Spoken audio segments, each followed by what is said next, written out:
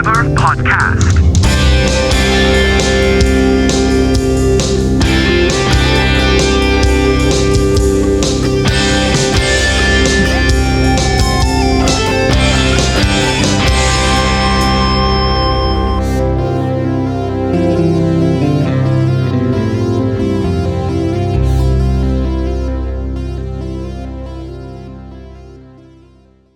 Hello again, folks. A warm welcome back to the Celtic Forever podcast. I'm Xander. We've got John here to go through everything that's been happening at Celtic over the last week or so. Obviously, we're here in the main to talk about the start of the new season, Celtic versus St Mirren, Flag Day on Sunday. Cannot wait. Everybody's the same. We all kind of wait to this close season is finally over, John, isn't it? It's been a long wait. So, Sunday, John, it's finally here, isn't it? And it's a game already that we must win.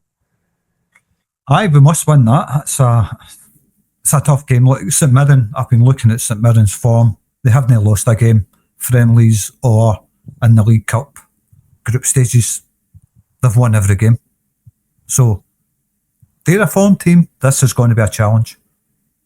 Yeah, of course, it's the big physical team, St Mirren, isn't they? So, but it is Flag Day, John. It is the opening day of the season. I think the forecast is to do an early weather watch. It's good to be back to this stuff, John, isn't it? An early weather watch, rain, John. It's rain all the way. So, be a sort of damp, soggy day. That'll be good for the players, obviously, but anybody going across to the game, take your umbrellas with you. But no, John, it's just brilliant to be back in the real football. These close season friendlies are finally over, thank goodness. Games that, mean absolutely nothing, just a fitness exercise, isn't it? So that's finally over, John. So we're back into the league campaign, first game of the season, as I've already said. Then we've got the qualifier for the Champions League coming up as well. But we've got a lot to go through, John. We've got news, rumours, signings, the competition as well, John. That also starts, doesn't it? The new competition for the listeners and the viewers, all the ones that have entered, the 25 that have entered, and we have got the 25, John, because I've added you and I into it. That's us bang on the 25. So get your guesses in, folks. Your correct score guesses for Celtic versus St Mirren on Sunday. Get them in now into the comments section if you've entered the competition. You can also get your guess in if you want, if you've not entered the competition as well. Just a bit of fun. But the big league table starts for all the viewers that entered the competition. Get your guesses in now, folks. Let's get the ball rolling on the new competition. One guess each, of course. Right, John, let's get right into it then. I think we've signed this boy, Puzzi, the centre-back, John Puzzi, on loan from Manchester City, the 6'1" centre-back. Brendan, I don't know if you watched his interview yesterday. He wasn't happy, was he, with the lack of funds from the board. He's put a wee, marker out there for the board, to give him the funds to strengthen the team. Brendan wasn't happy yesterday, was he? I ain't seen it. I've not watched the interview yet, and I normally watch that, and for some reason I've missed this one. I've not seen that, so I'll need to catch up with that. But no, look, we can understand why Brendan's not happy. It's the same again, isn't it? The signings that he wants, he doesn't get them. It's as simple as that. But you've got to look at the board's angle on this as well. Signing Ida, Engels, and what's his name? The centre back, Trusty. 27 million pounds worth of players there. And to be honest with you, not one of them, for me, probably as well as the board and a lot of other Celtic fans, they have not hit the ground running. But this could be different this season. But Brendan has, so far, in my eyes, looking at them signings, he's wasted money on all three of them. That's my opinion. Yeah, I know what you're saying, John, but you've also got to bear in mind the fact they're double winners as well, haven't you? Trusty, Engels, and the big Adam Ida. But I know exactly what you're saying. A lot of Celtic fans, want improvements this season from, especially they three, John, but others as well.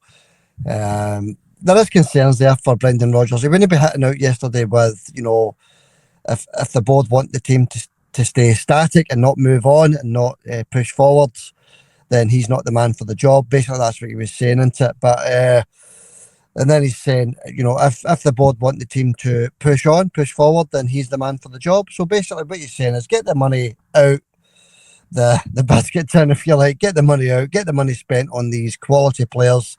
Because you look at it, John, how much have we actually spent on players? Is it something like 4 million, 5 million at a maximum? If it is even that, 1.5 million here, 1.5 million there, a couple of loan signings as well, John. Kieran Tierney on a free. It's not really what the fans are looking for, never mind Brendan, John, with all that money in the bank. Aye, there is a lot of money, but we don't know how much exactly is in the bank, but there'll be a few quid there to splash out in players, and but the Champions League qualifiers are coming up as well, and the quality in the squad, it's no good enough for the Champions League. I know it's pretty much the same team as last season, who did no bad at all actually in the Champions League, getting out of the group stage, but in order to progress, I think that squad needs a hell of a lot of money spent on it, Xander. And what positions, I don't know. I still think we need a quality midfielder in beside Callum. I also think Callum was looking a wee bit off the pace during the pre-season as well.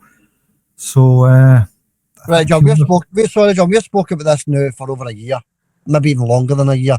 The lack of backup for Callum McGregor. We've been on and on and on and on about it. Why can the manager and the board not see this? You look at Callum, as you said, through the close season, and we know it's only friendlies, but he wasn't his usual self. We could all see that, right? A couple of nice wee appearances, a couple of nice wee performances, but in general, John, he looked a wee bit leggy. I know it's close season and everybody's trying to get their fitness, but what happens if Callum gets suspended for 2 or 3 games? What happens if he gets, God forbid, injured for 3 or 4 months, John? Who have we got to step in there? So we need backup in there, definitely.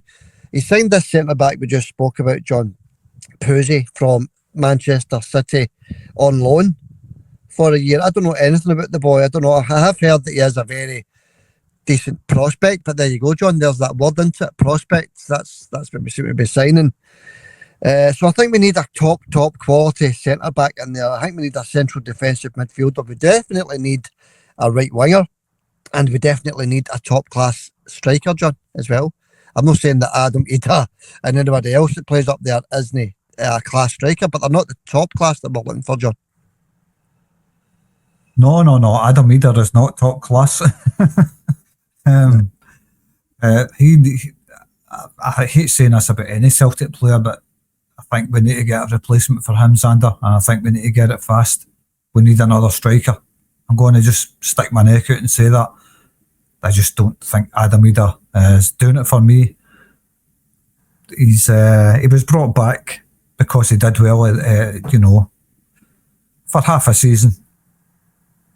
Yeah, he did well, and we brought him back, and we were absolutely ripped off by Norwich City, who held Celtic to ransom for 9 million quid, when the initial fee was meant to be around the 6 million mark. Even that's too much. But I think Celtic were held to ransom there, and sorry if anybody that knows Adam Ida is listening, but for me, he's no Celtic qualities, and I think he's far from it. Yeah, well, as regards to Adam Ida, I do like him, right? But he's not the player that we got on loan when he first came to Celtic. He's definitely not. I know he scored a couple of goals in the Champions League last season against Aston Villa. We understand that, and he has got it in him to put in these great performances. We understand that also. But if we are hoping that Adam Ida comes into form, John, for these Champions League qualifiers, John, I think we're in a wee bit of trouble, because we can't hope that players come into form for a qualifier for the Champions League. We need everybody to be on form. So we can't go hoping that players are on form, John. And Shin Yamada, John, we also can't hope that he's the answer either, John. He may come good. He might be as good as Kyogo Furuhashi, John. He might be even better, in fact. But again, it's all about hope, isn't it, John? It's all about hope. We're no splashing the cash. We've just got that 17 million we got for Nicholas Kuhn. I can't remember much of it, but it was quite a wee bit of money, John, and we've not spent a single penny of that. Aye, well, we've spent about 4 million quid around that. Don't know the exact figures, but it ain't a lot. And Being honest with you, Xander, I'm looking at players that we've signed so far. I'm quite happy with what I've seen so far, but you can't judge a player on pre-season friendlies and compilation clips. But I think Nygren, he looks quality. Every time I've seen him, he fits right into the right Celtic player. I think he was a bargain, to be honest with you. So I like Nygren, really like him. And what's the left back we signed? Is it Inamura? Inamura and Kieran Tierney, yeah. Aye, Inamura, obviously. I really like the look of him as well. I'm going to stick my neck out again. I really like the look of him so far. But again, it's pre-season friendlies and compilation clips. But what I've seen so far, great long balls across the park. Fantastic at that. Very good at defending his position on the park as well. Very good in there. Maybe lacks a wee bit going forward, Xander, playing that inverted role. Maybe lacks a wee bit there so far, but he'll adapt to that, I think. The other player we signed was obviously Yamada. Not seen much of him. Looked okay. His goal was offside, sadly, in the friendly against, I don't know, whatever they were called. But he looked good in that game, didn't he? He looked okay. Yeah. I think he's going to be a pleasure. But going back to the left back, sorry, I wanted to have a wee word on. We were that used to having Greg Taylor, John, at left back. The lack of height, but I think the boy we've signed, he's got that extra physicality and height as well, John. And he's a decent player, as you say. So I think these teams that pump the ball right down to our left hand side, thinking that Greg we're going to lose the height duel, if you like. They'll maybe think twice about doing that this season. He is a wee bit taller than Greg Taylor, and I never seen anybody beating him in the air in that position, which is fantastic for Celtic. I mean, I like him. What I've seen so far, I think he's not crossing over a ball, but his delivery of a cross-field pass. Yeah. He absolutely fires the ball from left to right with pinpoint accuracy. His long ball, his range of passing, long passing is fantastic. So he looks like a top player, to be honest with you. Sadly for him, we've signed Kieran Tierney, of course, and I think it's going to be a job for him getting into the team with Kieran being there. But I'd like to see him getting used every game as a substitute, at least. Give Kieran an hour in every game, substitute him, bring on Inamura, because he looks quality, and I'd like to see him keep his sharpness, and I don't think we're going to lessen the quality when Kieran Tierney comes off. That's the way I see him. I think he looks quality. Yeah, I agree with you, John, actually. He does. What I want to do then is, since we're on the subject, is quickly run through who has signed and who's left so far, right, John? We'll quickly run through this. We've already mentioned Shin Yamada. He's signed, obviously. Benjamin Nygren also signed.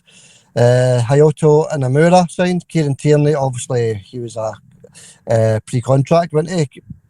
Ross Doohan, the goalkeeper, John. Callum Osmond, the centre forward. Brendan said yesterday he was going to send him back out on loan, but he likes what he sees, so he's going to keep him at the club for the time being. So that was all your main signings, John. And players that left the club. Nicholas Kuhn, obviously, he was away to Como. Went to Lagerbielka, off to Braga. Kwon, away to Nantes. Yeah, that's official, John. He's away to Nantes. Greg Taylor, he left in a free to PAOK, didn't he? Scott Bain, he left as well. He's away to Falkirk. Lewis Palmer away to Lech Poznan. We also spoke about that in the last podcast. That's been confirmed as well. Naroki also away on loan to Hanover 96. Quite a few left the building, John. Adam Montgomery away to Livingston. And Jeffrey Schlupp, he returned to his parent club, didn't he? So quite a few left there, John, and not an awful lot in the door, to be perfectly honest with you. Obviously, we've got this new boy coming in on loan as well, the centre-back from Manchester City, but quite a bit of movement on the way out there, John, and maybe not a lot in the door, I don't think. These boys that have signed, your Shin Yamadas, Inamura, boys like that, John, they may come good, John, but it's just a case of waiting and seeing. Aye, well, it's a case of waiting and seeing. And what I've seen so far from Nygren, Inamura and Yamada, I really like the look of them three. The look quality, the three of them. But Callum Osmond, not seen enough of that boy. I don't know. Can't really comment on that boy. I've not seen enough of him so far. But getting back through that list of players leaving, the one that stands out for me that shouldn't have left, and we've spoke about it before, was the big centre half, Naroki. I think that's a bad move letting him go. I loved him, and I think that was a mistake letting him go.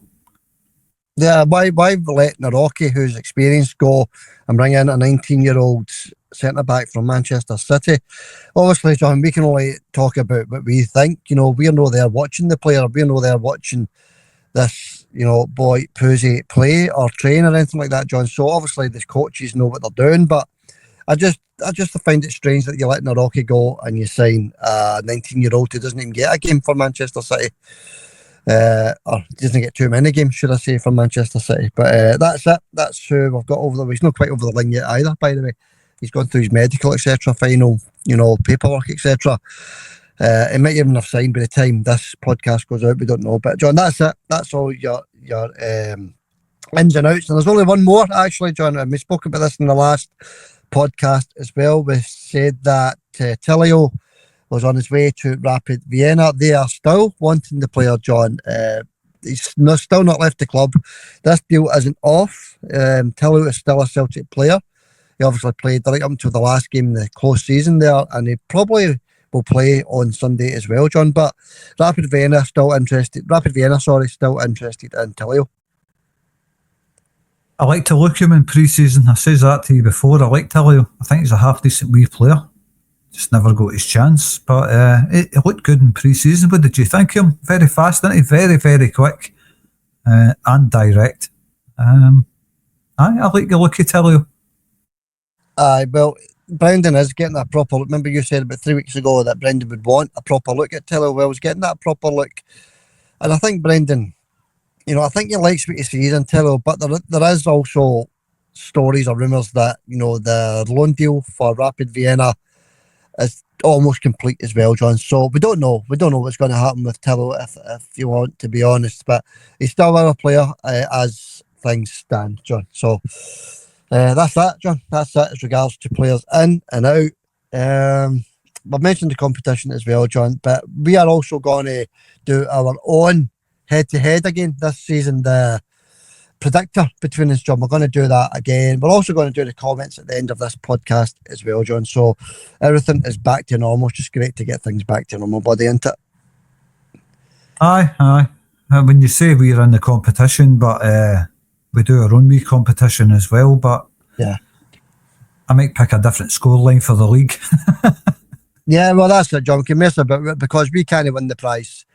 You and I can't win the prize, unfortunately. Well, no for me, for you, because I've got the prize there anyway. But no, we can't win it, John. It's only for the other 23 people that have entered the competition.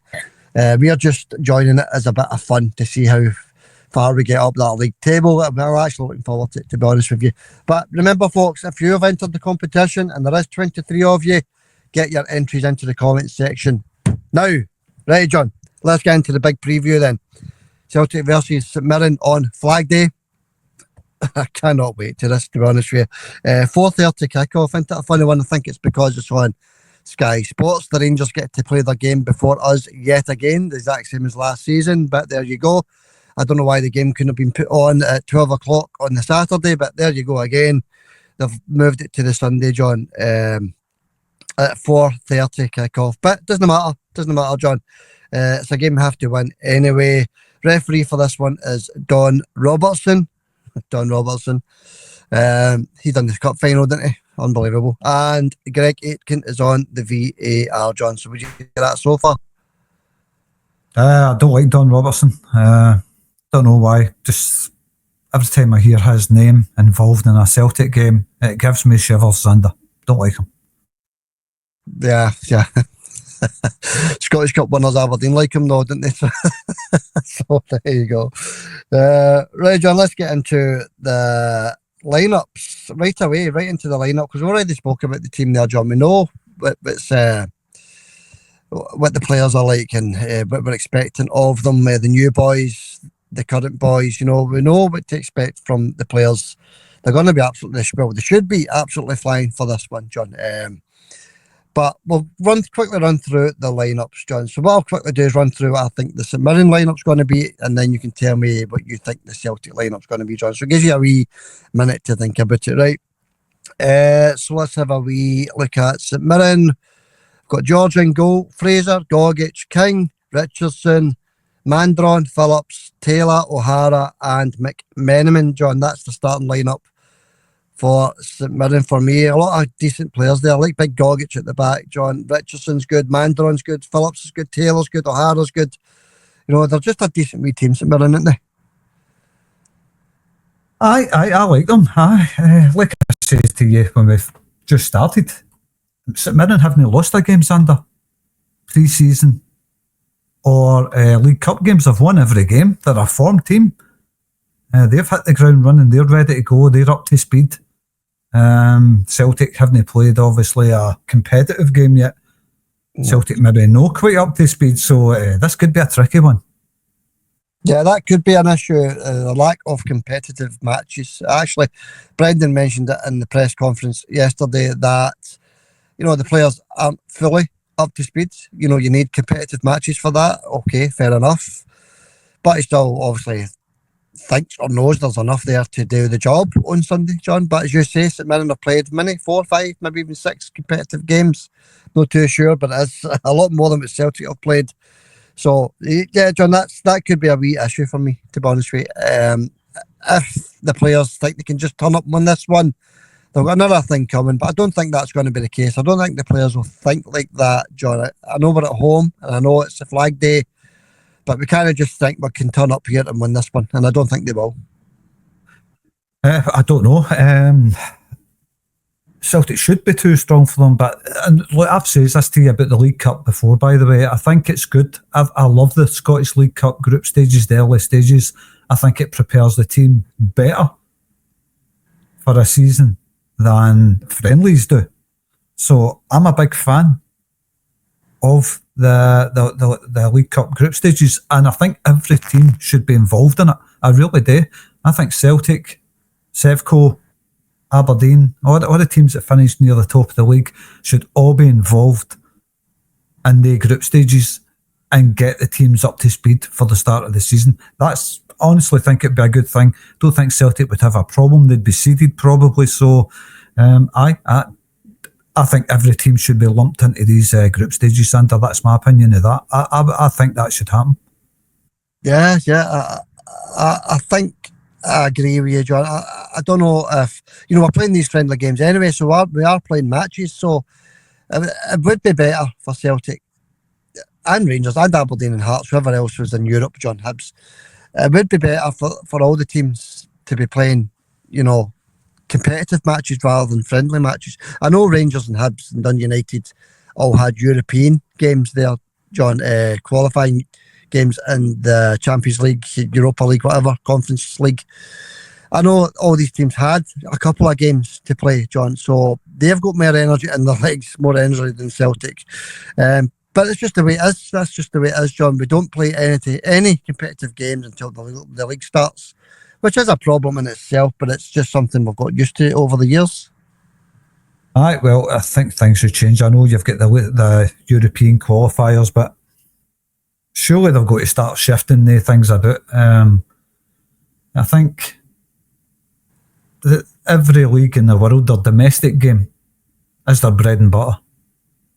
Maybe not if you're in England or something. They've obviously got a chance of winning these big trophies in Europe and stuff. But most leagues is bread and butter stuff, isn't it?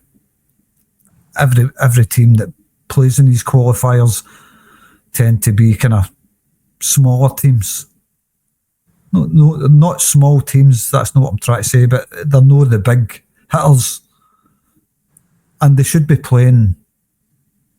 I don't know if other countries have League Cup qualifiers or whatever, but I think, especially for Scotland, I think it's important that, especially before a league starts, there's some competitive action for for every team to get them ready for the season, because that can be a hindrance to teams like Celtic, Rangers, maybe no Aberdeen, Dundee United, Hibs, Hearts, whatever, because they're playing the qualifiers. But I think for Celtic, just playing friendlies, then jumping straight into the league, I think that's a hindrance.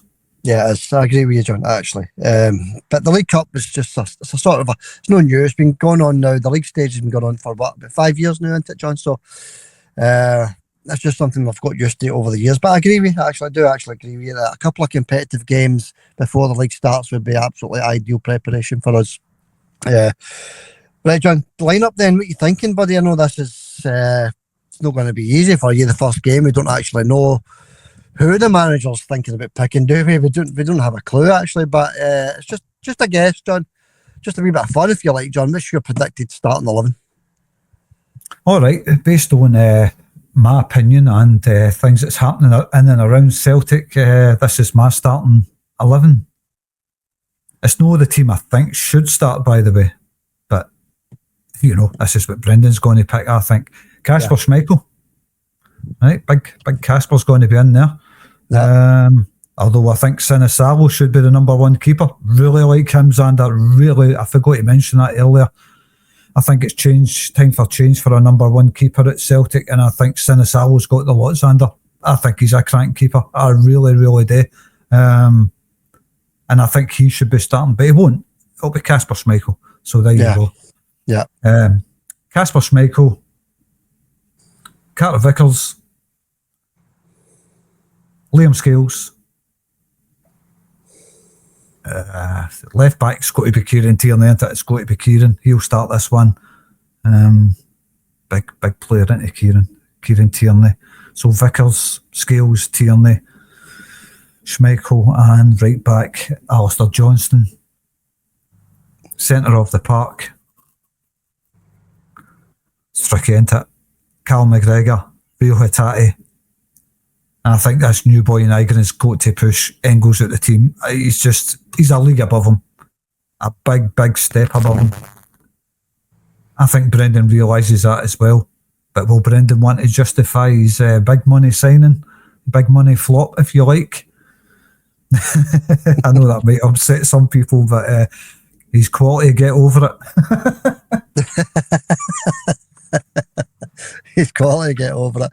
He is quality in patches, isn't he? But no, I think a flop's a bit harsh. You can't be a double winner and be a flop, John, I don't think. But I know what you're saying. He's no performing to the levels he should be, is he, at that price especially?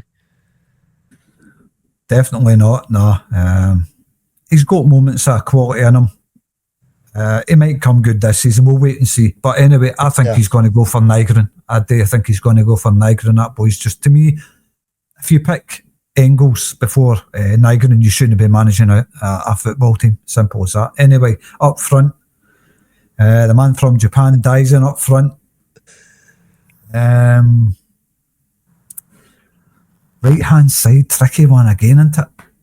James Forrest, maybe Yang. I'm going to go for Jamesy Forrest for this one, Xander.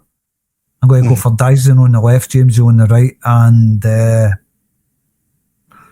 big one through the middle. Again, Brendan's going to want to try and justify that money that he spent. I'll probably put out a message to the board saying, I've made a mistake here. Adam's no cutting it for me. And we're going to go with Yamada. I'm going to go for Adam Ida to start those, Xander. So I'm going to go for up front, Forrest, Maida and Ida. Yeah, strong views there, John. That's quite good. I agree with you, actually. I do think he'll go with Ida because of the physical, stature of the St Mirren defenders, John. They're all big lads, so he's going to go with Adam Ida up front. I agree with you. It's all over, actually, apart from, I think you'll start with Ralston, John, rather than Alistair Johnston. I don't think Alistair's played enough. He's not had enough game time, really, in his legs to be flying. Well, I agree with you there, actually. I was thinking that when I was thinking of the team. I was thinking Anthony's played more game time than Alistair Johnston, but I think he's going to go with Alistair. he's just a better right back. And don't get me wrong, I think Anthony, I think he's a great right back. No great, but he's decent. And he played well in every pre-season friendly he played in. And I think Johnson anyway, Xander. Yeah, I think it will be Johnson, but just for this, I think you'll start with Alston just because of energy and minutes in the legs, John. But that for no other reason other than that. Right, John. And do you think he's going to start with Nygren over Ingles? That's the big one, isn't it? Yeah, I don't know, John. It's so tough, isn't it? We can only guess, we just don't know. But I think we'll start with Ingles. I think he's going to stick to the formula that worked for him last season, in the league and the cup. I think he'll stick with Ingles and Hatate, John. But I'd like to see Nygren start the game, to be honest with you. Me as well. No Ingles, definitely no Ingles. How long have I been saying I'm not a fan of Ingles? I've been saying it for 6 months, 8 months maybe. I ain't a fan of him. Sorry, anybody that is a fan. I know somebody says he's quality, get over it, some other podcast, and I couldn't do anything but laugh. I probably laugh for about 6 weeks in a row after seeing that. But yeah, that's why I don't listen to other people. I trust my own judgment rather than other people's, Xander. Yeah, fair dues, John. But as you said as well, John, about 10 minutes ago, you may get a great season out of him. So, you and everybody else only wants the boy to do well, John. We all want him to do well. Absolutely. Look, I've said that along with everything that I've said. Although I might not be a fan of Arnie Ingles, what I've seen so far, I want the boy to do well. I want every player that comes to Celtic to be an absolute star, perform for the hoops. They all become fan favourites. Look, that's a fantasy world, Xander. That ain't ever going to happen. All right, John. Okay, fair enough. Thanks for that. Thanks for the lineup. It's good to be talking about this stuff again. It really, really is, John. But that's your lineup. I threw in my tuppence worth as well. The betting, John. The betting. When we done this? When was the last time we done this? And what I want to start with the betting is what the bookies say first, John, before we actually run through the betting, right? The bookies think the score will be 3-1 to Celtic. So that's Ladbrokes, John. That's their prediction, 3-1 to Celtic. Aye, well, me and Ladbrokes might have a similar opinion there, Xander. That's what I was thinking. Right, okay, John. We'll quickly run through the betting, right, before you make your mind up, right? I've heard people saying it's going to be a 5 or a 6, I just can't see it. But anyway, 2 to 11. The Celtic win, which is roughly about 1 to 6, isn't it? Roughly, no, exactly 1 to 6. 13 to 2 the draw, 12 to 1 St Mirren win, John. So that's your odds for this one. Jota, he's obviously still out. There's no other injury concerns that I know of anyway, and St Mirren have a full team to pick from as well. So everybody's fresh and ready for this one. But what are you thinking then, John? Ladbrokes say 3-1. What's your score prediction? Remember, this is your first guess in the predictor for season 25-26. Well, before you even said that, I've no checked any bookie odds. I never check bookie odds. I'm not really interested in what bookies think. But what Ladbrokes have says is exactly what I was thinking. That was my score prediction, because I was thinking about it this morning. I was thinking realistically, the way things are going, with St Mirren being up to speed and all that, they'll fancy their chances. They've got a wee goal in them maybe. So I've thought this one through, and it could go totally pear-shaped, as we know. But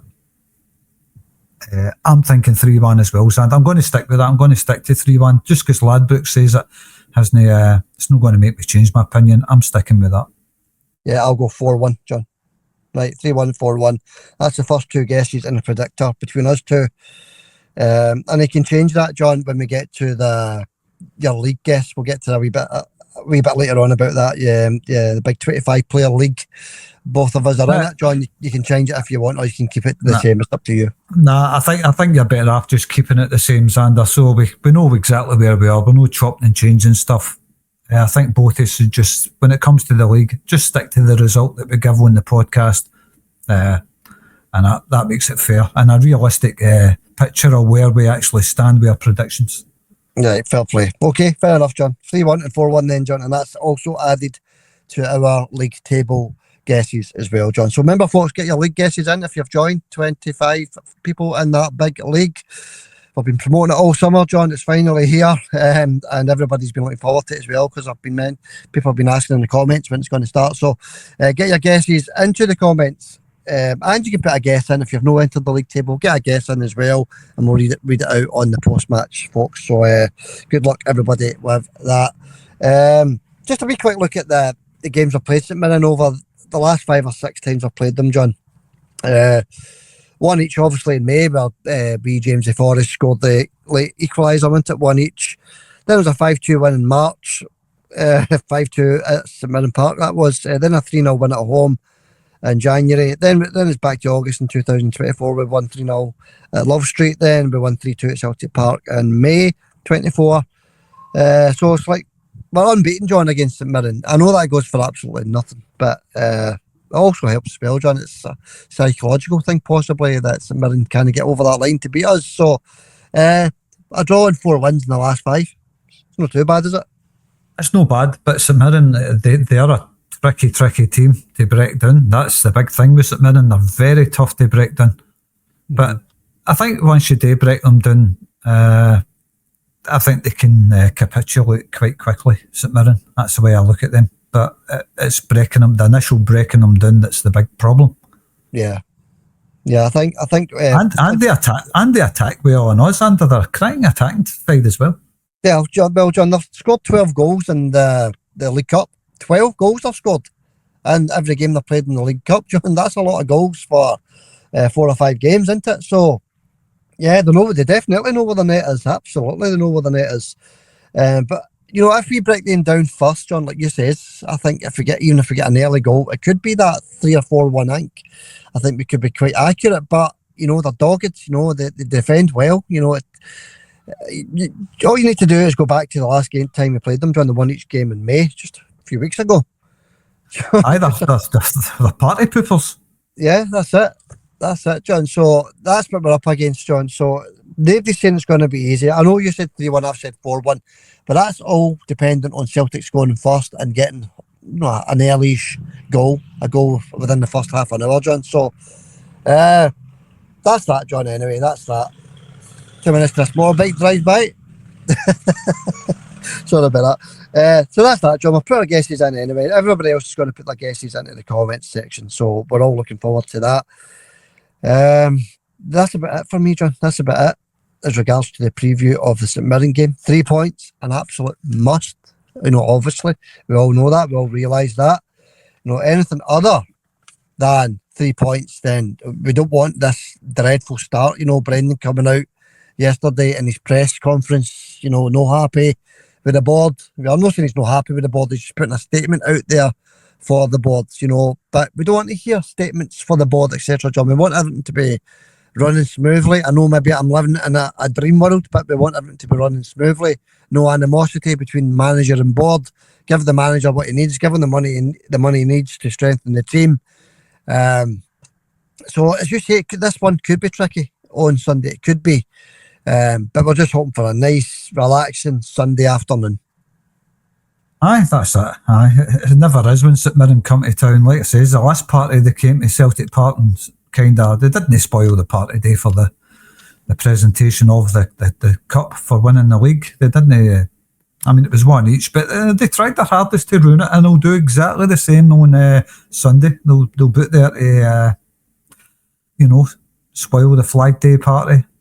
And if they do spoil it with a 1 each draw, something like that, trust me, it will ruin it. This is a totally different thing. These Celtic players need to be 100%. They need to hit the ground running, and they need to make sure that 3 points is in the bag, because look, we don't know what's going to happen at Ibrox, any slip-ups there or whatever. It's no Ibrox, is it? They're playing away their first game, but you just don't want any slip-ups at all.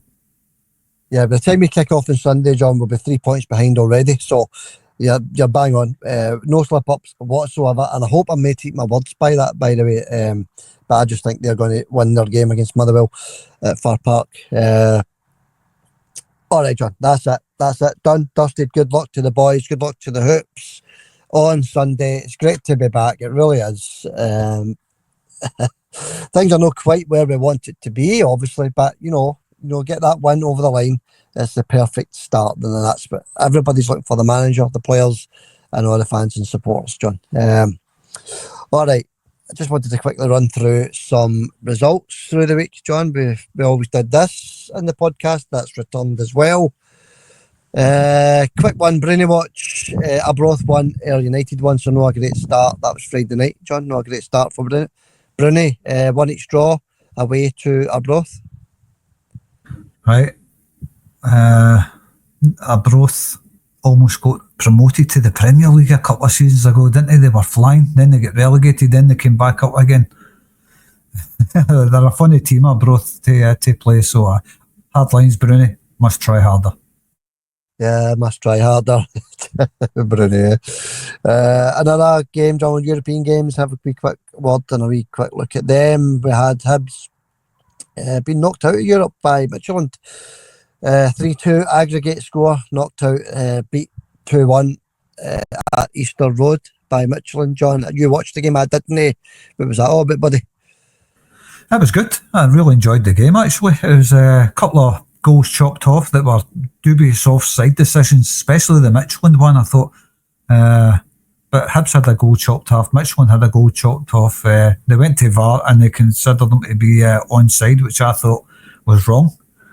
But there you go. Anyway, the game itself, good game, thoroughly enjoyed it. Midtjylland, fantastic team. Beat Celtic a couple of years ago as well, didn't they? Put Celtic at the UEFA Cup, 2021, I think it was. Yeah. Put us out 3-2 over 2 legs. Good team. The goals that they scored were absolutely world class. And I don't know if you've seen even the goals. You need to watch the goals. World class strikes, especially that overhead kick. Right. Absolute top draw.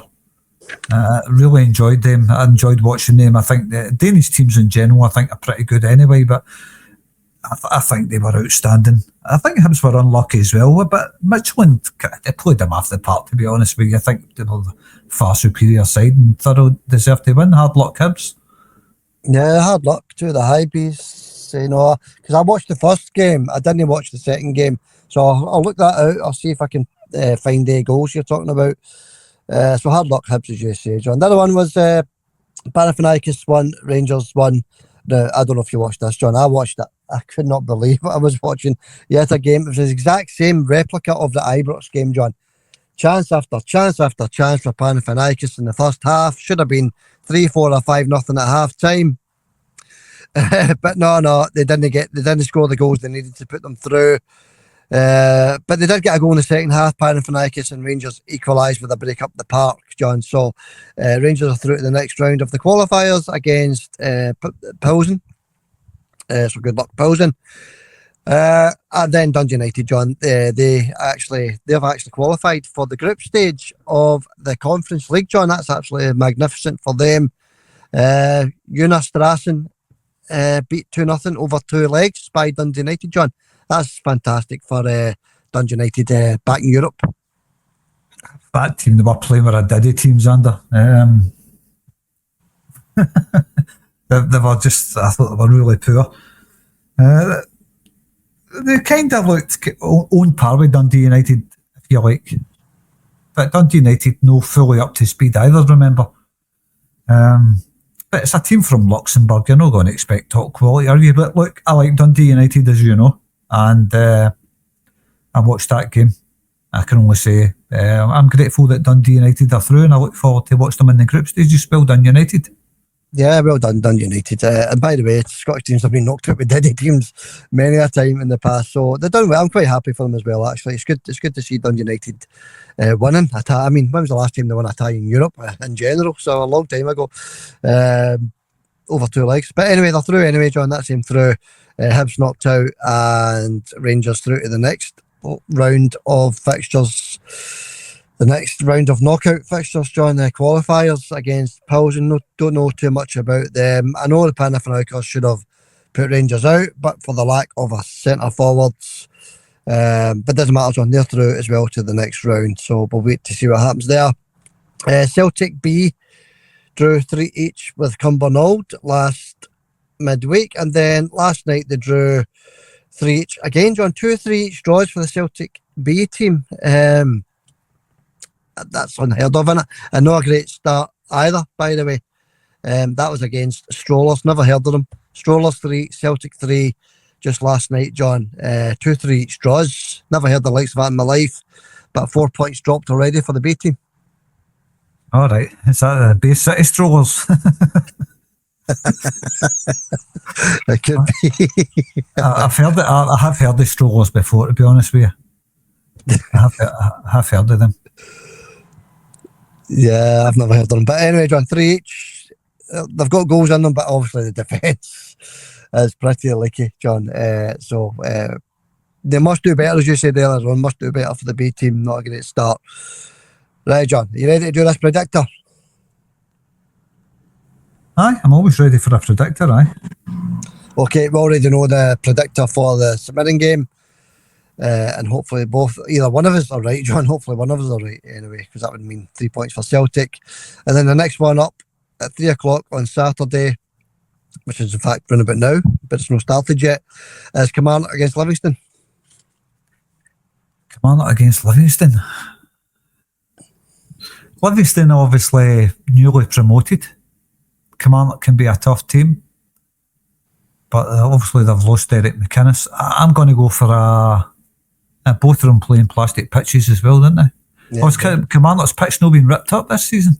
I don't think so, John. I need to look into it, but I think it's next season that happens.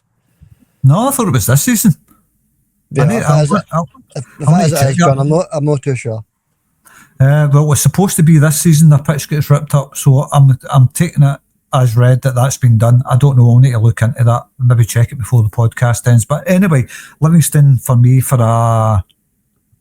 I'm going to go for 1 each there, Xander.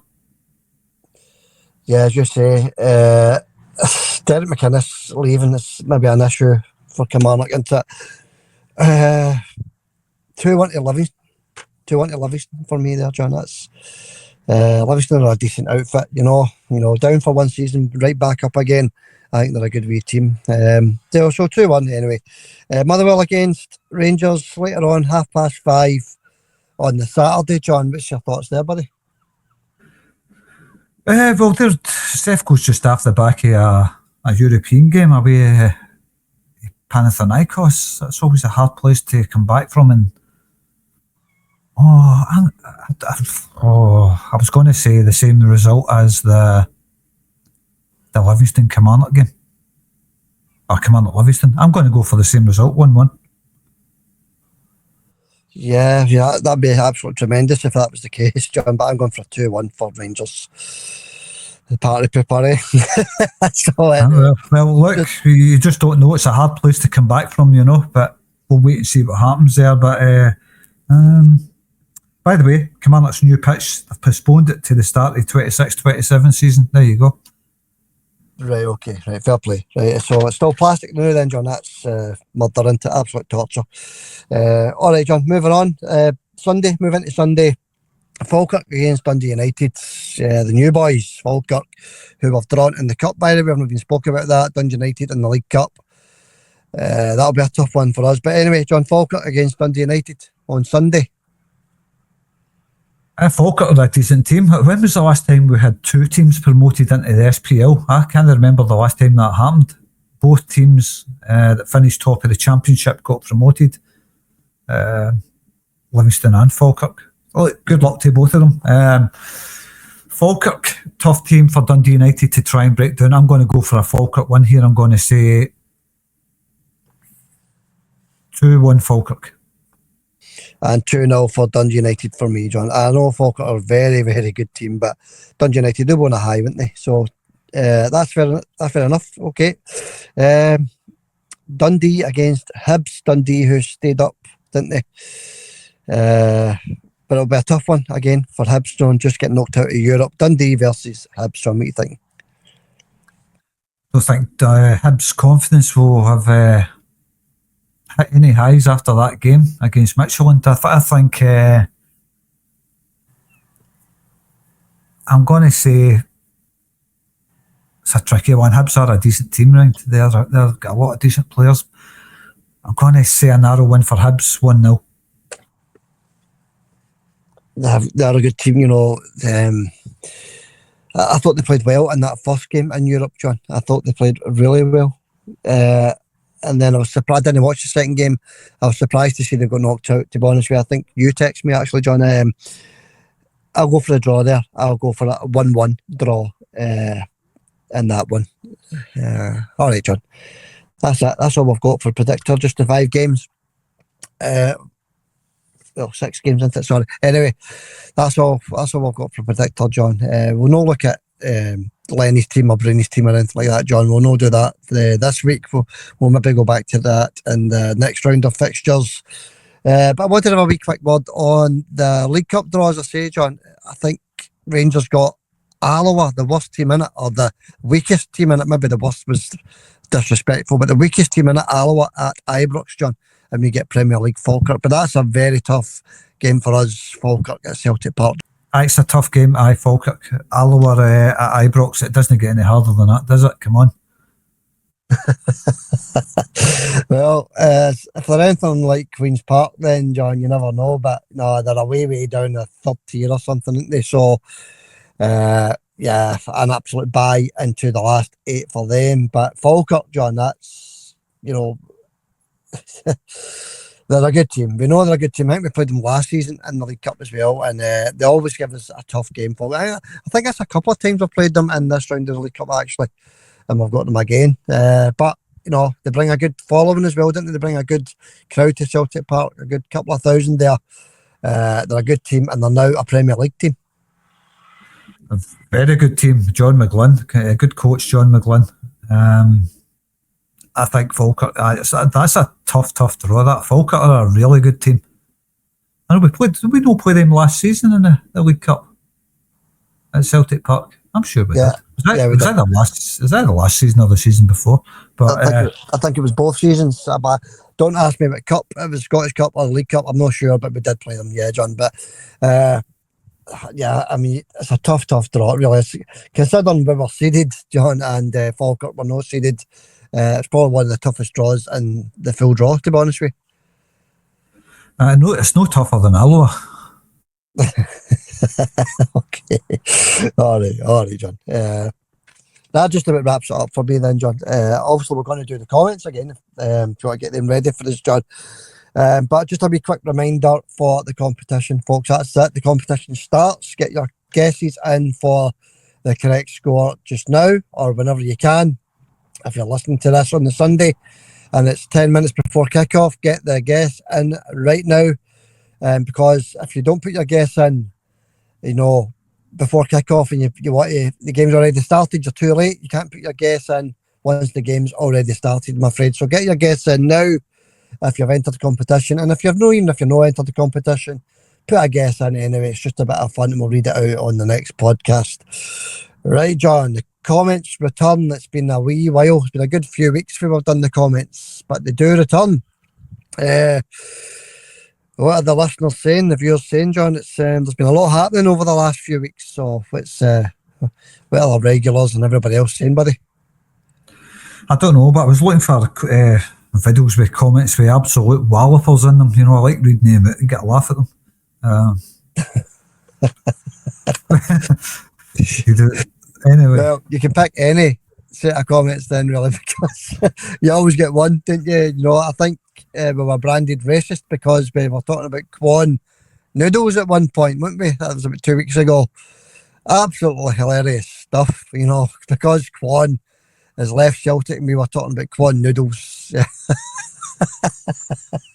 was disrespectful, apparently. Anyway, John, with the comment I said. I remember that one. We can start with that.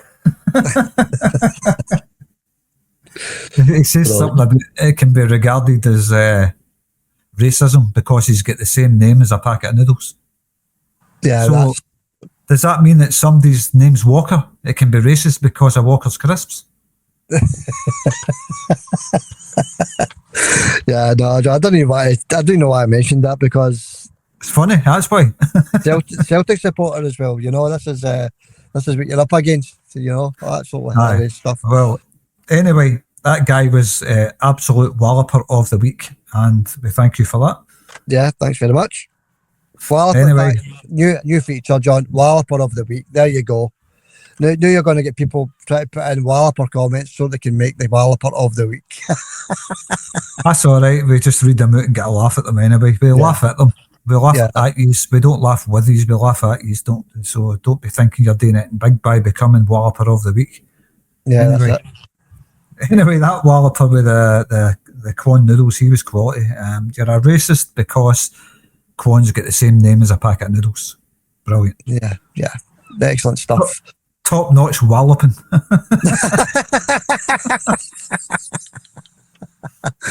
Yeah, brilliant. People actually, it doesn't matter how you go, John. Where the comment are saying, buddy? I was trying to think of other people that's got the same name as food products, but I can't. There you go. Anyway, moving on to the comments. Mad About Football says, Brendan looks relaxed, come on the hoops. He might look relaxed on the outside, but on the inside he's fizzing. We no getting any funds under. Yeah, well, he didn't look relaxed yesterday, John. Maybe that's the video I put on before the press conference where he did look quite relaxed. He was sitting outside at Lennoxtown. But in that press conference, John, he definitely was not relaxed, was he? Well, you didn't see it. You could see a wee bit of sweat coming from his forehead and a wee bit of, anger coming out. No anger, but, he's trying to get his point across to the board. Basically, that's what he was doing there. Oh, this is it, isn't it? And his message to the board is, loosen the money belt.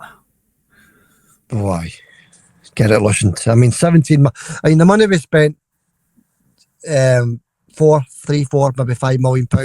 That was all money before Kuhn left, John. So the Kuhn money is still actually lying there. That 17 million has not been touched. So is that a case of waiting for these Champions League qualifiers to see if we qualify, to see how much he gets to spend? If that's the case, John, it's wrong. And you need to spend first to qualify, John, and then watch the team flourish in the Champions League. Well, you need to spend to get the players for the Champions League. Like he says, you've got to spend the money first because the qualifiers are coming up. And if you go into the qualifiers with the same squad as last season, you're risking no qualifying because you haven't signed enough quality. So it makes no sense to wait till after the transfer deadline day before you sign players because you're too late. Because they can't play in the Champions League anyway, so it's pointless. But anyway, let's move on to another comment, Xander. Yeah, go for it. I don't know how all that came out of Brendan looking relaxed, by the way. Anyway. Yeah, because he wasn't relaxed. By the way, John, just quickly before you move on, the potential teams we could get, I think I mentioned this about 4 weeks ago, but it's no change, John. So here it is, the potential teams we could get and the qualifier, and there's a couple of tricky ones in here, John, is Basel. They put us out before, they beat us before. Sturm Graz, Dynamo Kiev, Slovan Bratislava and Karabakh, John. Especially Karabakh, they're a really tough team. Dynamo Kiev, tough, and Basel, John. So there's a few tough ones in there we could get. That's always tough, the qualifiers, no matter who you play at this stage of the qualifiers, you're going to get a tough game. And they don't come any tougher than Pilsen,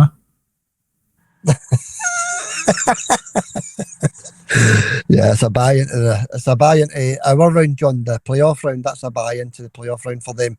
You've just got to be honest with these things. Pilsen, anyway. But, that's, to me, the teams are very tough. We want to avoid Bal and we want to avoid Karabakh. Aye. We want to avoid every one of them if possible and swap them for Pilsen.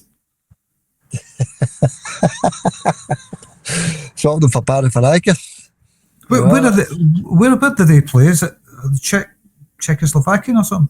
Yeah, I think they're Czech team, John, to be honest. Yeah, I'm not sure, but yeah, I think it is. I think they are.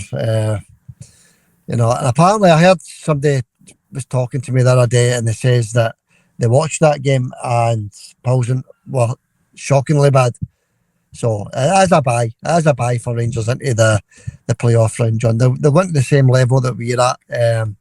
the playoff to get into the big league stage, John. So that's where we're at with that. Aye, well, there you go. I don't know anything about Pilsen. I just looked him up there to see. They're Czechoslovakian. Yeah. Plays in the Czechoslovakian First League. Big deal, blah, blah, blah. But there you go. Aye. I was looking to see if they won the league last season in the Czech Republic. But best position, no, they never did. Best position first. The last time they won it was 21-22, Xander. Yeah, there you go. They're not even champions. So it's the same as the Rangers, isn't it? They're no champions either. So, that's another thing, John. Here we go again. On the high horse, isn't it? But these many teams are England allowed into the Champions League? Is it 5 now? 5 teams into the Champions League. It is an absolute farce. And by the way, it might even be 6. I'm not sure. But I know it's 5, and at least 5, John. The Champions League is just an absolute farce for me. Aye. So it's a big club, and we're no part of it. It's as simple as that. And it's a joke, isn't it, the way they treat these bigger leagues. I mean, it's called the Champions League. It's not called finishing 6th in the league, is it? It's not called 7th in the league or whatever. It's supposed to be Champions League. It's called Champions League because it's champions of their respective leagues. That's it. I thought that's what it meant. Obviously, it doesn't. I mean, you can finish maybe 12th in the English Premiership and get into the Champions League. Yeah, well, that's it, John, because it's also not called you finished 8th, but because you won the Cup League. It's absolutely pathetic. So if you win the Cup down in England and somebody else wins the league and another team finishes 4th, blah, blah, blah, blah, blah, you get into the Champions League, an absolute nonsense. 5 or 6 teams into the Champions League for England. Something needs to be done about that. Aye, the only thing they'll do about it, if they ever do anything about it, which they won't, is change the name of the competition. It shouldn't be called the Champions League because most of the teams in it are not champions of their leagues in their country, their domestic leagues. So change the name of it to the richest cup or something like that, the richest teams cup. Well, do you remember there was going to be a breakaway league and it was going to be the Super League?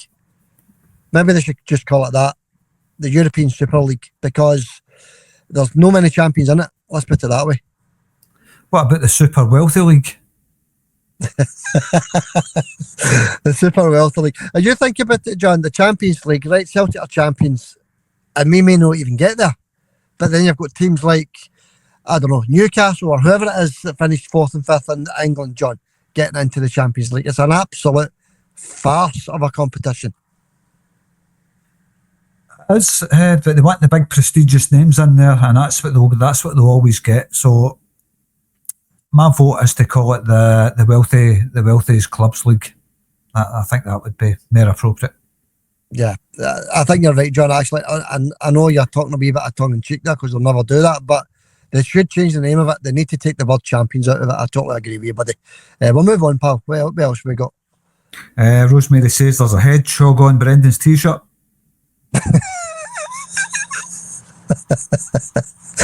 The interview into he had the microphone strapped to his top. Well, I'm looking at it right now. It looks like a hedgehog's just about to attack his throat.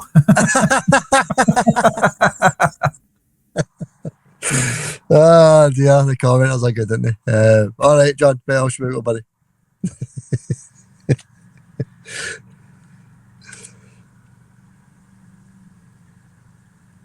Are you there?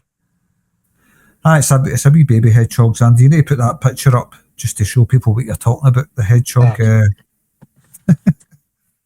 Anyway, moving on. James Doran says, won't be long now until kick-off on Sunday, and hopefully Motherwell can take points off the pretenders to the throne after the Euro hangover last night. No, it wasn't really a Euro hangover, was it? They squeezed through, James, against probably a Diddy team. I don't know, Panathinaikos. They've not really been, I couldn't really call them a Diddy team. They've always been half decent, Xander. Yeah, they're a good team, but they're sort of a sleeping giants, Panathinaikos. But no, I don't think they're going to qualify because they are no seeded in the what do you call it? The playoff round, John. They're no seeded. They'll get a really tough draw in that where the Celtic have seeded, and I've just read out the teams, John. So I think they're going to struggle anyway, buddy. We'll wait and see. Anyway, they've got to get past Pilsen first. But anyway, James, we're looking forward to it, mate. Can't wait. Motherwell taking points off the pretenders to the throne. I fancy a wee one each draw there. It just depends how tired the Sevco team are, doesn't it, I suppose, after the exploits. But we'll wait and see, James. I don't know, mate, but I predicted a 1-1 anyway. A 1-1 would be perfect, an absolutely perfect start to the season, but we'll wait and see what happens 5 o'clock, 5:30 on Saturday. I just wanted to quickly run through the competition entries, the names of the people that need to get their guesses in. John, I should have maybe done this earlier. Thomas O'Neill, get your guess in, Thomas. Opinionated Glaswegian, Carlo, Naomi Finnegan, Aaron Downey, Build It Up 9327, Kegalore Moon, Fat Boy 1967, Martin Nicol, James Doran, Elaine A, Clara, Chris D, Roseanne, Paul McEwen, Paul McLean, We Would Never Sell a Club for £1, Rosemary, one club since 1888, Mad About Football, Colin Stewart is back, John, a good friend Collins, he's entered the competition. Also, Hugh as well is in there, and you and me, John. So that's your 25. Bang on the 25. Absolutely perfect. Good luck to everybody with the competition, John. Right, buddy, back to the comments. Aye, that's good, aye. And don't forget, everybody, me and Xander, we can't win it. So you don't need to worry about that. We're just taking part as fun. So if me and Xander finish first and second and you finish third, you still win the league. Yeah, that's it. That's exactly it. Eliminate myself and John from the group come the end of the season in case any of us are third. But you're looking for, John? Well, I'm looking for anyway is not to finish in that bottom half of the table. Aye, well, that'll not happen to me. I'm too good at it, but we'll suppose. I'm only kidding. I don't know how many Celtic results I get right last season. I know I beat you in Predictor, but when it comes to Celtic results, I think I only got about 6 right or something. That'd put me on 18 points.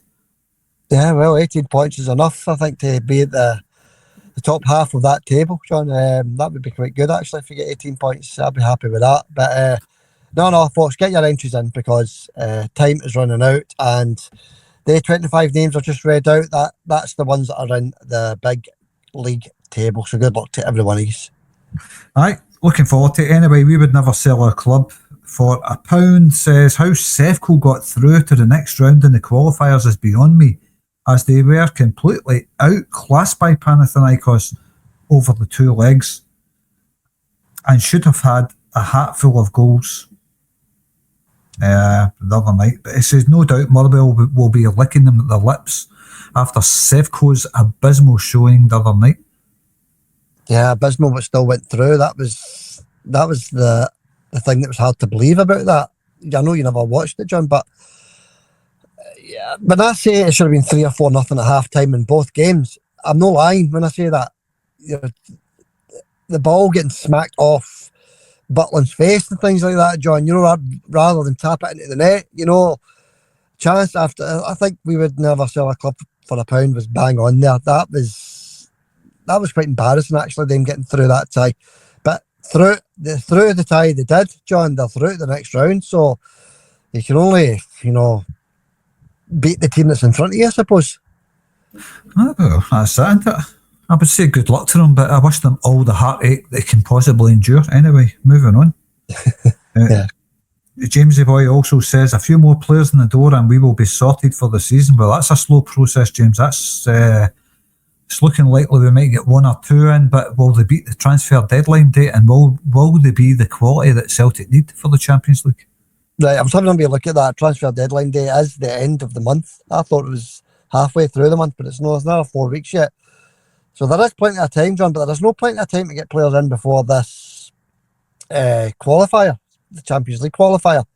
Time's running out rapidly for that, so we need to get bodies in the door. I can't see it happening, John. I think we'll get bodies in the door after this qualifier, but I could be totally wrong. But that's what I think.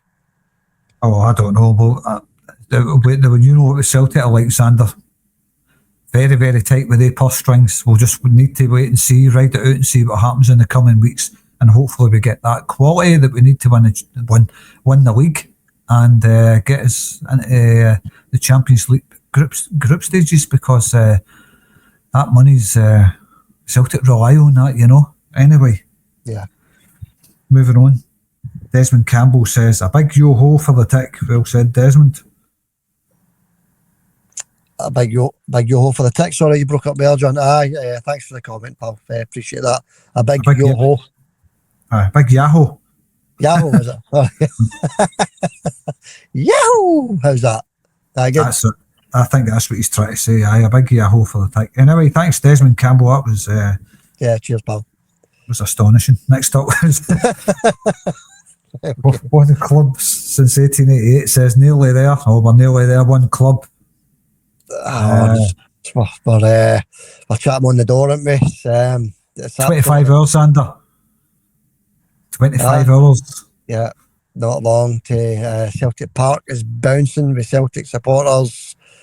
I cannot wait, John. I know it's going to be raining on Sunday. That's the forecast anyway, but doesn't matter about the weather. It really doesn't. You know, we're sitting here today. It's an absolute scorcher again in Glasgow on Saturday, but you know, come Sunday it's going to be damp.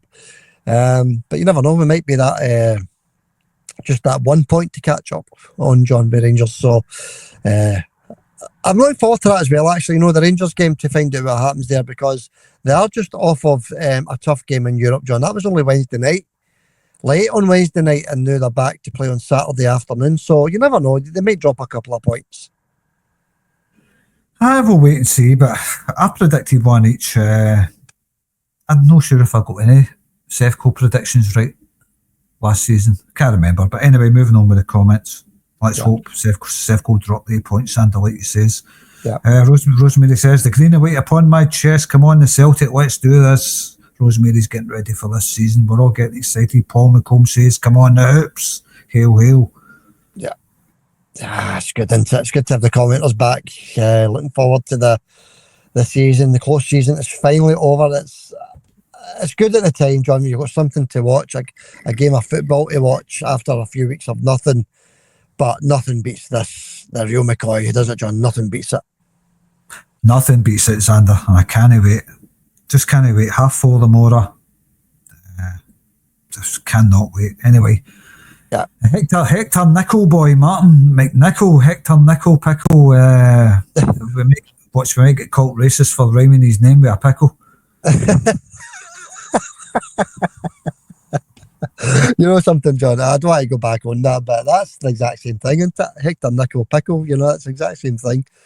Although we have spoken about Quan Noodles in the past, nothing to do with the player, so unbelievable. Hector he's quite funny. Hector, he's over on Facebook as well. And by the way, anybody that wants to go over there and watch, you know, some videos, there is a lot of videos over there that are on for that wee bit longer than the YouTube ones, because we can only put them on for a minute. But go over to Facebook. There's a whole load of stuff over there as well. Sander John page over on Facebook. Hector's loving it over on Facebook as well, John. Hector Nickel. What a guy Martin is. I love Martin. I think he's brilliant. He always leaves a wee funny comment. And let us know, Martin, if rhyming pickle with nickel is racist. We need to find out, Martin. We need to know if you think we're racist by saying that, because only you can help us out there, Martin. Martin's a good boy. He is a fan of the podcast, John. It's brilliant to have guys like that. He's a what? A fan of the podcast. And that's good to have guys like that involved, honestly, because without guys like Martin, we're absolutely nothing, John, to be honest with you. Oh, I know. Martin's brilliant. He always leaves us a good comment. He's a good regular as well. Love you to bits, Martin. Thanks for coming out the podcast, mate. And Martin just says, love this, thanks. But he's got another comment coming up. Thanks for that, Martin. Yeah, cheers, man. And everybody, all the regulars and all the new listeners, thanks everybody for your comments. Keep the comments coming in. because the comments have returned, folks, and we will read them out on every podcast during the season. Exactly, Sander. Anyway, Martin's comment, his main comment, he's big Tam Ollie here.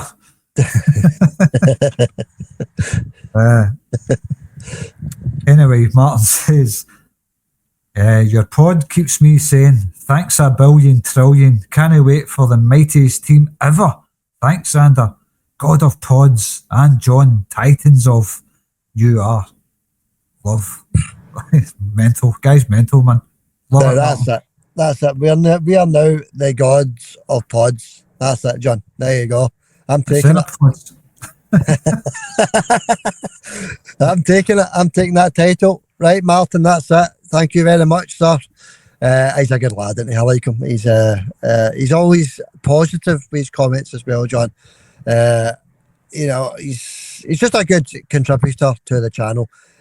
Always welcome, Martin, and all our regulars and all our new viewers as well, John. All welcome. Just get the comments in, folks, and we'll always try and read them out. I've definitely. Martin's brilliant. I always enjoy reading his wee comments, and he's always praising the podcast, which is good because you don't get enough comments like that in the podcast. People praising it because it's a lot of effort as well, isn't it? It's not just talking, it's all the stuff that goes on, making the videos and all that, and I do all the music for the podcast, and people don't recognise the effort that's involved in doing a podcast. The competition, big competition, a lot of effort involved in that as well. So I think people like Martin appreciate that, and to read wee comments like Martin's, it always makes it worthwhile. So Martin, you're one of the best on the podcast, mate. Keep up the great comments, pal. I can only say that to you. Yeah, cheers, Martin. And the usual ones, Roseanne, James, the two Pauls, all the regulars, they're all the same. They're there every single podcast, John. So absolutely superb, every one of these. And I'm sorry if I've missed anybody out, but you know who I'm talking about. All right, John. That was it's good to hear from, actually, wasn't it? But I'm glad you said that as well. The work that goes into it. It's not just we're not just a podcast. We also do newsreels, interviews, videos, competitions, John. We do the whole lot here. There is quite a lot. So when you hear comments like that, it gives you a good wee feeling. So thanks for saying that as well, John. I appreciate that, buddy. That's what it's all about, Xander. People have got to recognise the effort that goes into it. It's not just two guys talking on a microphone. Well, it is two guys talking on microphones about Celtic, but there's a lot more than that. That's the basic part of it. It's the stress and the strain. It can be stressful, and there's a lot of stuff goes on. So it's not just, when you're listening to this podcast, everybody, it's not just a case of two guys talking. It's all the work behind the scenes. And I do all the music for the podcast as well, by the way, and that's very stressful, trying to make up music for... do you know what it's harder, Xander, trying to make up a 30-second jingle than it is a full song? Yeah, because you're trying to squeeze all that energy and, promotion into 30 seconds, John. It can't be easy. I wouldn't know where to start with all that kind of stuff, John. As you say, a lot goes into it. It isn't just your regular podcast. There is mother loads of videos on the channel now, isn't there? There really is. There must be about 500 videos on the Celtic Forever podcast channel, and we do get a lot of views on the videos, so it's worthwhile. We don't make a single penny out of it. We've already said that 1,000 times. We're not monetized. We're not monetized over on Facebook either. It's just fun for us, John, you and I, to be sitting here making videos, making music, and talking about Glasgow Celtic. Oh, that's it. I mean, people don't realise that either. It's probably the only podcast that doesn't steal money off anybody. We don't beg for money, views and all that, and we make money. We don't make a penny off of this. Every penny with big prizes and all that gets sent at the end of the season all comes out of Xander's pocket. So you've got to bear that in mind as well. It's all free. Every single thing is free, and there's no adverts on the podcast. There's absolutely not one advert on it either. And we don't try and sell products. We're no interested in money.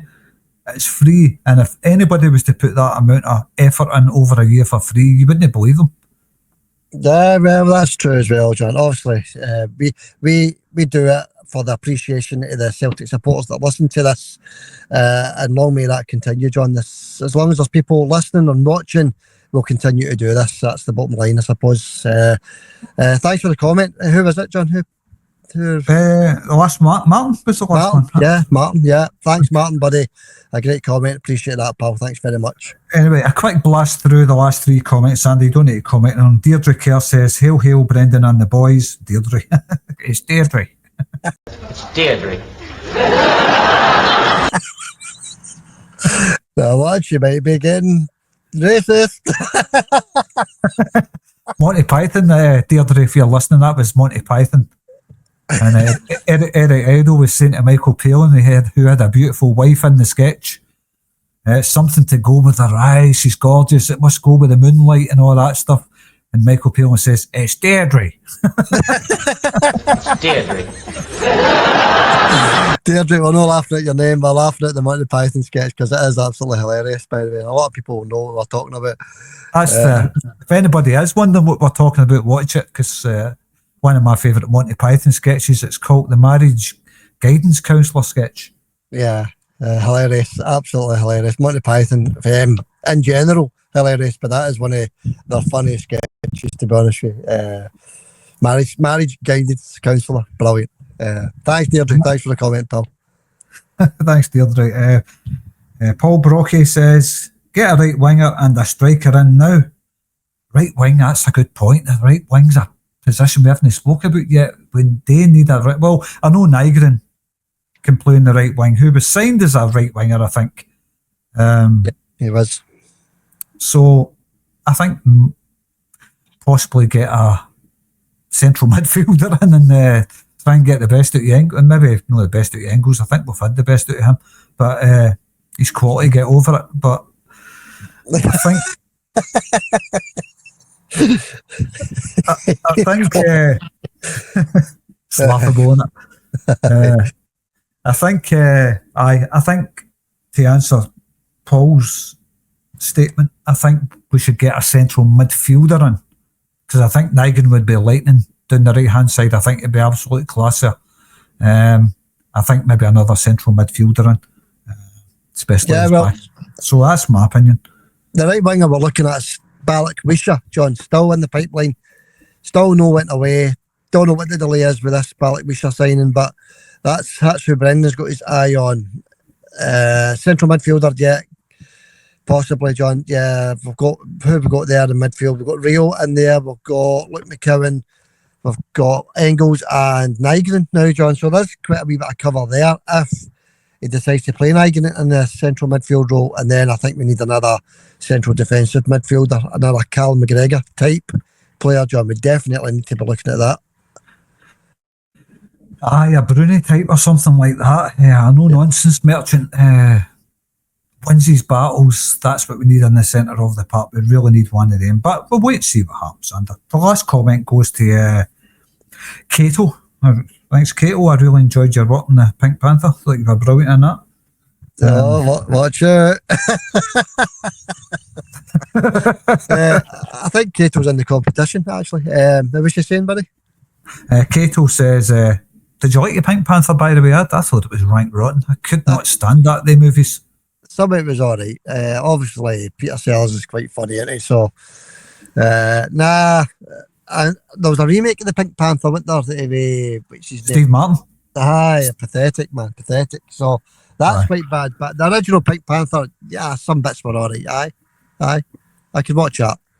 I'm not a big fan of Peter Sellers, and I don't really like him that much. He's alright in a couple of things, but I'm not really. I wouldn't say I was a big fan.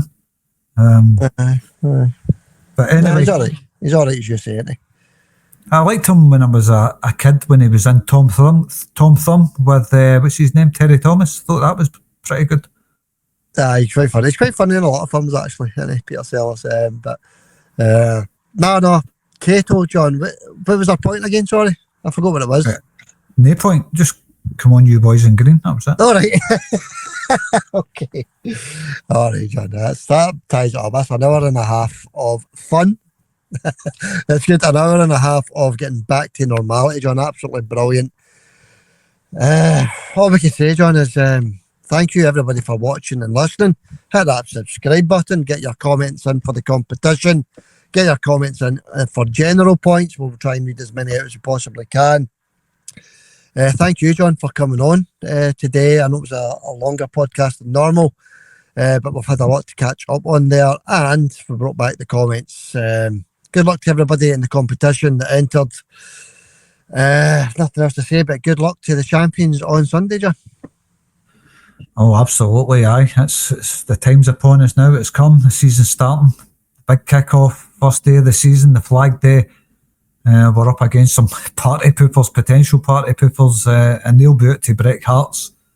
Wait and see what happens there, Xander. I think Celtic might be just a wee bit too strong for St Mirren when it really matters. I think Celtic will turn up and do the job, Xander. I think we'll be okay. Okay. All right, John, that sounds good to me. Okay, thanks everybody. Again, thanks everybody for watching, viewing, listening, whatever. Absolutely appreciate that. I've not had my dinner yet, so I'm off. Thanks very much. I'm away for some corn noodles. I'm absolutely starving, and we'll catch you on the post-match, John. I'll catch you in the post-match, Xander, aye. Hail, mate. Speak to you soon. Hail, John. Catch you all later. Thanks.